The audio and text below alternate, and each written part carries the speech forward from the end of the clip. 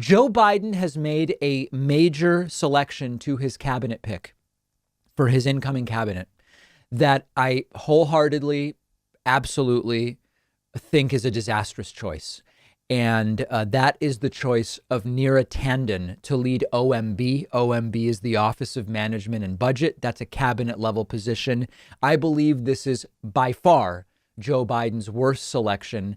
I like many of Joe Biden's picks. Alejandro Mayorkas for Department of Homeland Security Secretary.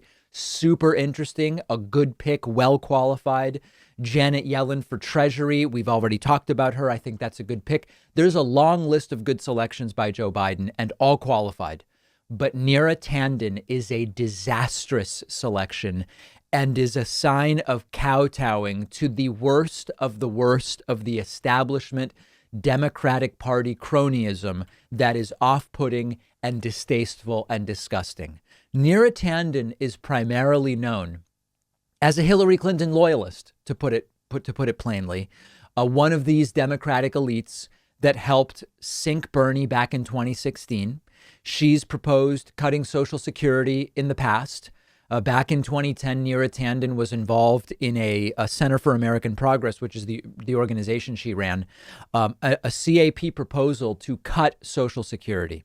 But not only do I think this is a bad pick, because it is exactly the type of Democratic Party cronyism that the party should be getting away from, I also think this is a bad pick because it's controversial on both sides, with many Republicans thinking that Neera Tanden is just bonkers and progressives thinking she's a true centrist establishment shill that is the epitome of the problem of the Democratic Party. So you've got the Bernie left furious because they see this as just a smack in the face. Her organization regularly going after Bernie, as I already mentioned.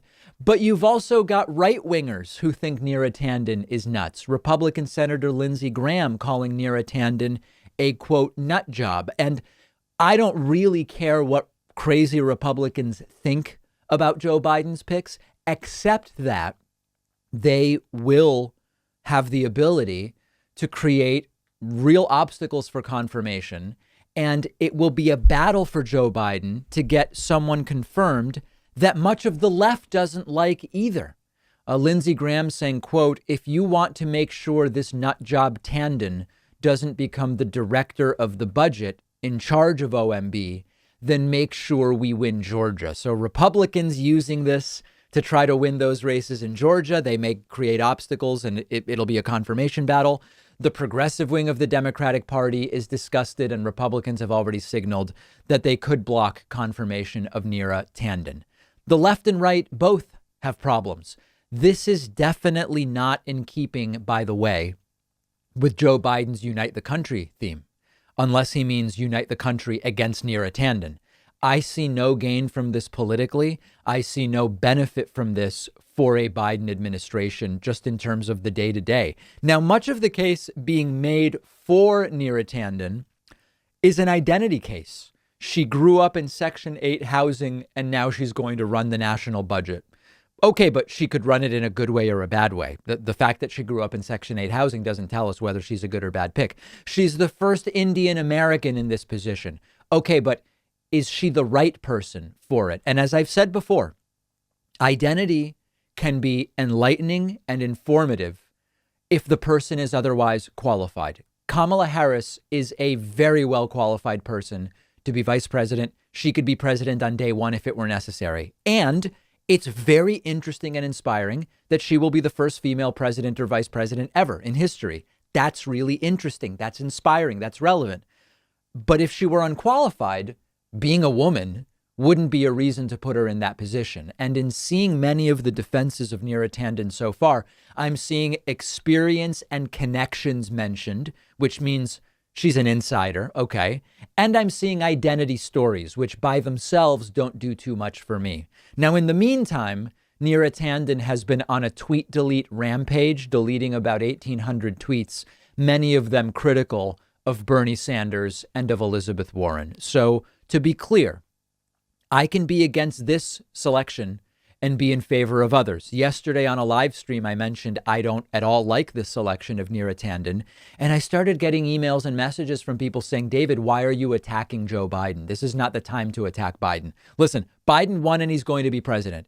If saying I think Neera Tanden is a bad pick while lots of other picks are good, and if that counts as attacking Joe Biden, we're going to have a long 4 years ahead of us, my friends. But I think most of the audience understands I can dislike this selection and like others and still believe that voting for Joe Biden over Donald Trump was the right choice, as I did and as I continue to believe.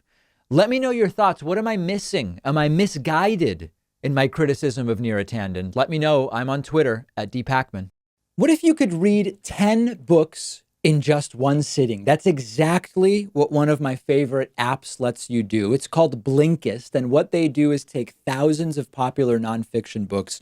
They condense them down into text or audio that you can consume in 15 minutes. Blinkist makes sure that you're getting all of the important core insights from each book.